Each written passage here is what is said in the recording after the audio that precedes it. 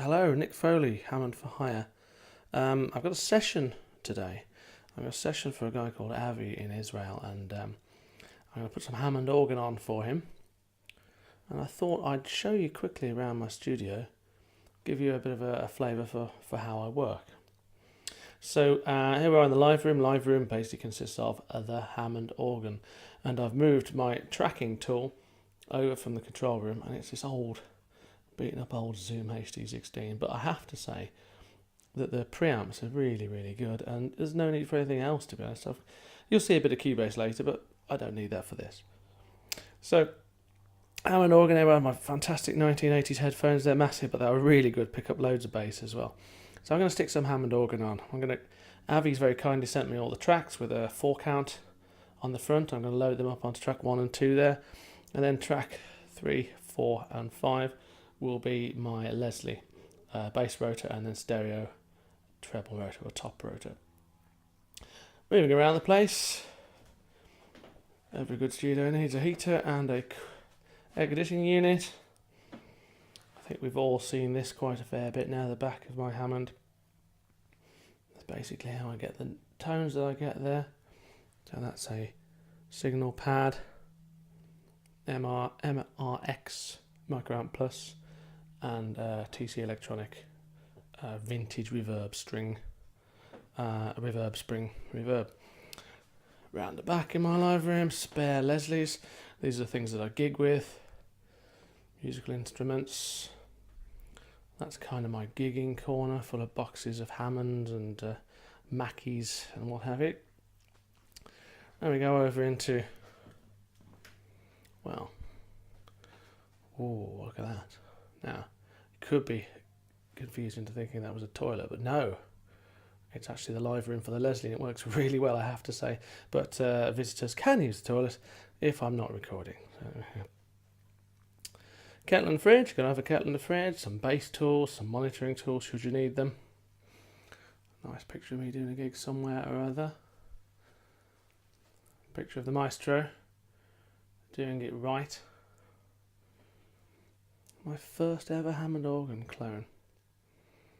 Out in the, I suppose mid-80s, maybe late 80s. We're not doing any pianos today, we're not doing any strings today. Bright little ant on my arm there. Not any pianos or any strings, so we won't be using these. There'll be no need for that. We won't be using Cubase either. None of the outboard gear will be relevant. And my lovely little, have to say, very nice little cheapy MIDI controller. So this the control room won't be used. I've moved the tracking from there to on the Hammond because it's much easier to deal with. We'll just be in this room, we'll just be using the Leslie, 1, 2, 2, and then Hammond organ, kind of the way it should be really, don't you think? Okay, so I'm going to have a listen to Avi's tunes, see what I like, get a feel for the key, get a grasp for it, the structure, write it down, and then record it and play it. I'll pop in and tell you how I got on later. Thank you. So 15 minutes in. Have the song loaded up, have a listen, write the structure down, get the key.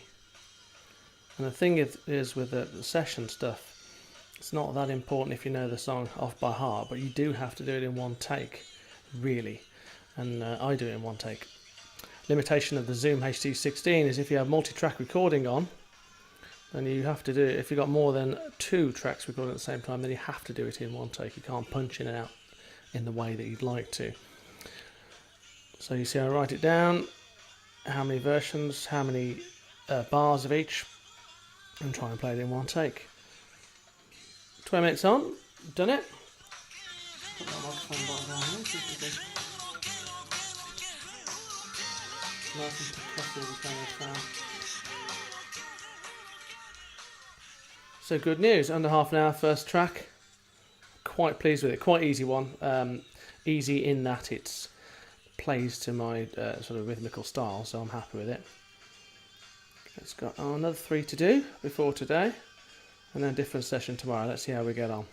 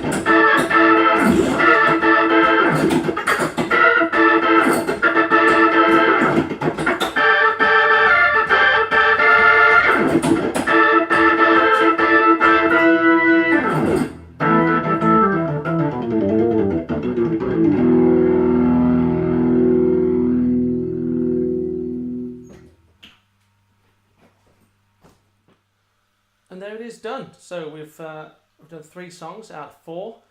We've been about an hour and a half, something like that.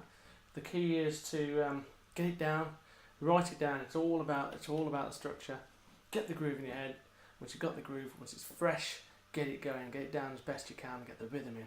Listen to the drums, get that rhythm moved. And I tend to follow the bass a lot as well. I do like the organ grooving with the bass. Get it in, get it recorded, and then get it forgotten. Because at the end of the day, you're not going to play it again. You're a session player. Avi might ring me up, the client might ring me up and say, oh, I didn't like that style, I didn't like this, or could you do a bit more percussive, could you do a little bit more groovy or whatever. Then you have to do it again, and you know what, you have to remember it and carry on. But that was it, that was the session today. One more song to do, I think we'll pick that off tomorrow. I'm going to have a bite to eat now. See you later. Don't forget, if you like this, hammondforhire.com is a blog with all about the organ and also about different aspects of organ style, playing, all the other bits and bobs that I've done over the many weeks and months. Hope you liked it. If you didn't, sorry, and I'll see you soon. Cheers, bye.